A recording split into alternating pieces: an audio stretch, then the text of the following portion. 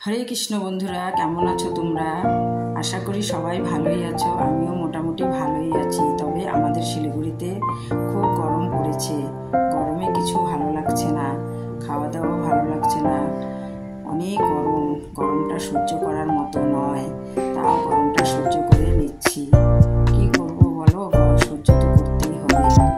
আর যতই গরম পড়ুক না কেন, ভগবানের সেবা পূজা তো আর বন্ধ থাকবে না। গরমের মধ্যেও সেবা পূজা করতে হবে। যেহেতু আমি 15 দিনের জন্য ভগবানের একটি সেবা নিয়েছি, সেই সেবা আমাকে করতেই হবে গরমের মধ্যে। ভগবান জগন্নাথের আজ জ্বরের দ্বিতীয় দিন, তাই ভাবছি কি দিব। জ্বরের মধ্যে মিষ্টি জাতীয় জিনিস ভগবান সেবা নেয় না, তাকে ঝাল ঝাল করে দিতে হয় কিছু বানিয়ে। তাই ভাবছি কি দিব। ছোটবেলার কথা মনে পড়ে গেল। মায়ের কাছে বায়না ধরে যখন চাউচাউ খেতে যেতাম, সেই চাউচাউয়ের কথা মনে পড়ে গেল। এত সুস্বাদু চাউচাউ মা বানিয়ে দিত আমাদেরকে। সেই চাউচাউ আজ আমি বানাচ্ছি ভগবান জগন্নাথের সেবা দেওয়ার জন্যে।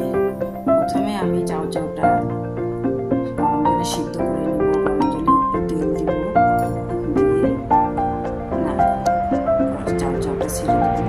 চাউচাউ সিদ্ধ হয়ে গেলে নামিয়ে ভালো করে ধুয়ে নিয়ে আবার একটু তেল মাখিয়ে রাখবো, যাতে চাউচাউটা খুব সুন্দর ঝরঝরা হয়।